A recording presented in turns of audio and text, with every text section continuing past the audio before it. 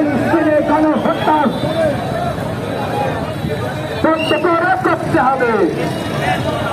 ফিলিস্তিনে গণহত্যা বন্ধ করে করতে হবে। ইহুদিদের বিরুদ্ধে